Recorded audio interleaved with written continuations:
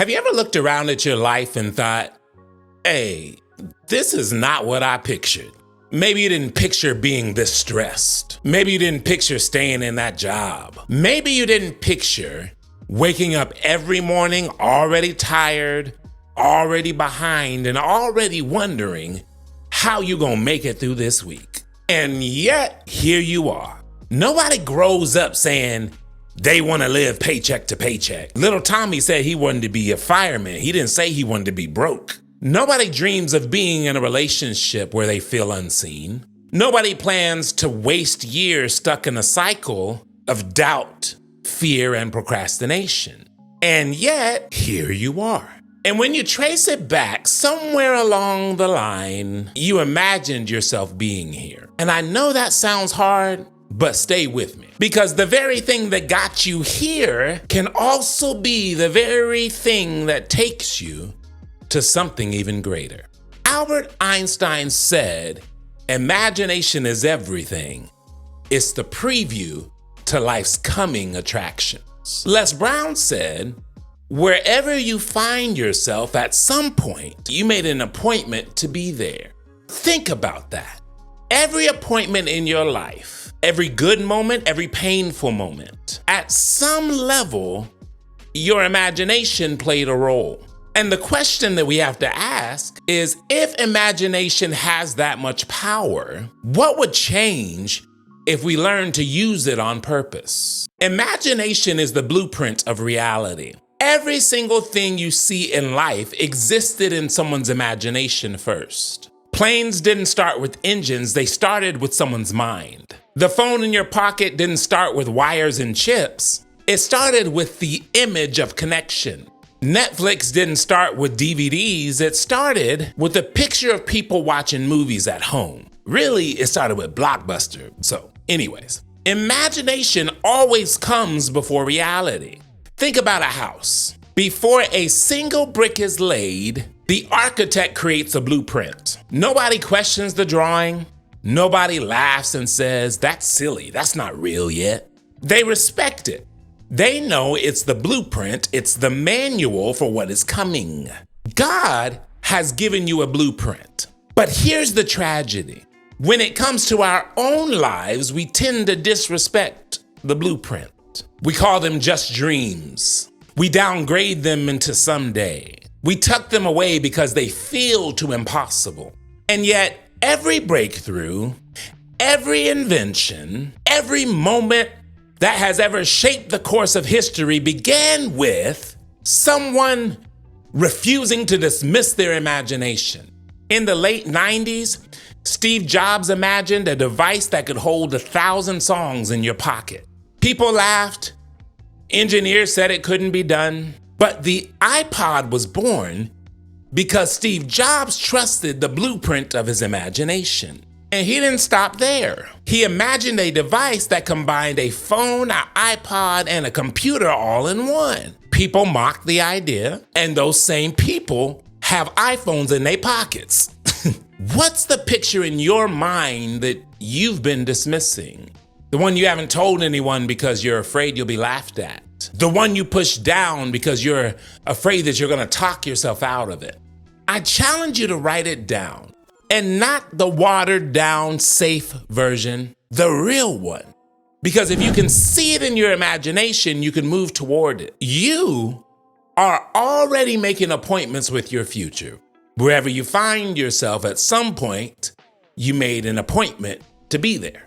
So if your life feels heavy, stressful, unfulfilling, it's not God punishing you. It's an appointment you booked through your imagination, your choices, and your belief system. I went through a season where I said yes to everything. Conversely, now I'm in a season where I say no to most things. It's funny how that works. But back in the day, it was yes. Every meeting, yes. Every request, yes. Every responsibility, yes. Even if it stretched me beyond the breaking point. And here's the truth that I eventually had to accept. All of those yeses were appointments I made with burnout. And eventually, I showed up to the appointment exhausted, bitter, and drained. It wasn't random. I booked it. But the good news is you can reschedule. I found out I could cancel that appointment and reschedule a different one. I could say yes to growth. I could say yes to discipline. I could say yes to new thoughts, which in turn allows me to book better appointments in the future. Life is like a calendar. You can't show up to an appointment you never scheduled. Your future self is already waiting. The question is, are you booking the right meetings? Think of it this way. Olympic athletes don't win by accident. Every training session, every meal, every decision they make is an appointment that they're booking with their future. And when they stand on the podium to get their gold, it looks like magic. But it wasn't magic. It was an appointment kept. So I have to ask you, what appointments are you making today? With your habits, with your words, and with your thoughts? Because make no mistake, you scheduling something. Now, when I talk about imagination, we have to talk about the danger of small thinking. Most people underuse their imagination.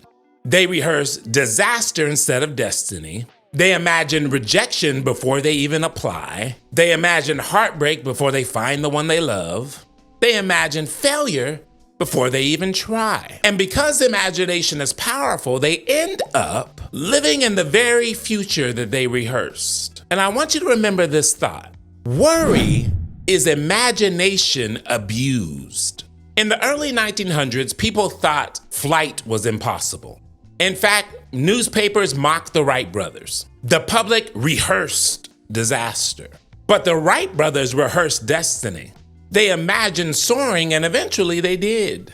So it is our challenge, no matter what we are aiming for, to imagine soaring. Can we imagine soaring as opposed to imagining the worst? You know anybody who, no matter what the situation is, they rehearse the worst? If they have to give a presentation, they imagine humiliation. Whenever they think about relationships, they imagine betrayal. Think about that person, the one that popped up in your mind as I'm giving this example, that sure enough, their imagination has created their reality. So where in your life are you rehearsing the fall instead of the flight? Choose one area where you've been imagining the worst. Flip it. Spend a week rehearsing success. What would it feel like if it went right? How am I going to live when this goes right? Who am I going to be able to help and serve when this goes right? What type of vacation am I going to take when this goes right? There's power in what you rehearse. Let's talk about how to activate your imagination for growth. Imagination isn't fantasy, it's a tool. And like any tool, it takes practice. 3 ways to sharpen it. The first one is visualization. This could be through a physical vision board, maybe a collage, a picture on your phone or your computer.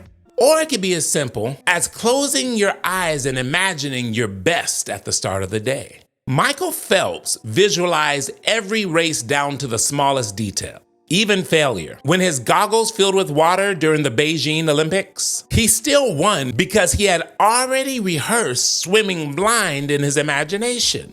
The second way to use imagination as a tool is to prime your environment. Like a plant, imagination grows or shrinks depending on where you plant it. A bird raised in a small cage eventually stops trying to fly. You could have the door to the cage wide open. Some of you have environments that are too small for your imagination.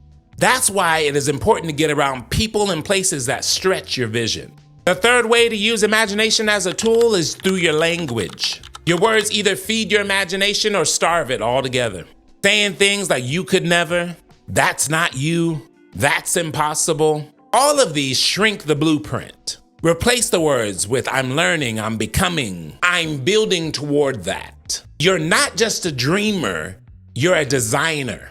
And every choice is you putting pen to blueprint. Here's the part I love most. Imagination isn't the end, but like Albert Einstein said, it's just the preview.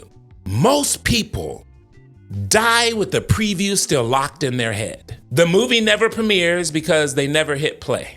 The preview becomes the premiere the moment you take aligned action. There's a story about a small town that was divided by a river. For years, the people on the other side dreamed of connecting with the others. They talked about how nice it would be, how it could open up new opportunities, but ultimately they dismissed it as impossible. The river was too wide and the cost was too great. The idea was just a dream. One day, an engineer came to town.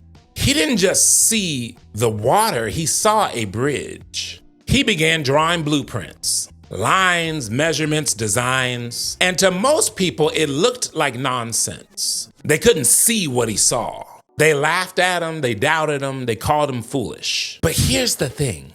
He wasn't looking at what was, he was looking at what could be. Eventually, that bridge was built, and when it was finished, it didn't just connect two sides of a river. It connected families, it connected businesses, it connected opportunities that had once been thought of as unimaginable. And it all started with someone's imagination. Your life is that bridge. Others may look at your vision and say, man, gone. That's impossible. You came from the same place I came from, the same block. That's unnecessary what you're doing. It's unrealistic. But you don't need them to see it. They can't see it. You ever tried on someone else's glasses? You put them joints on and you, whoa, hey, man, you good? You need it like this? Your lenses are this thick. You can't see through their vision. You only see yours. And your imagination is the blueprint. And once you honor the blueprint, once you start building on it, you'll connect your present with a future that others can't yet see. So the question is, what bridge are you willing to imagine and then build starting today? Einstein was right. Imagination is everything. Les Brown was right. Wherever you are, you made an appointment to be there. So what appointments are you making? What previews are you rehearsing? If you enjoyed this video, drop in the comments, I'm rescheduling my future with imagination.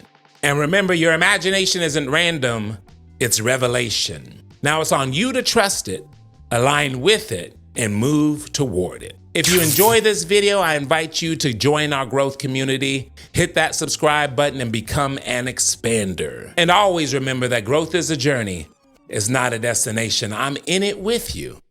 And I'll see you on the next one.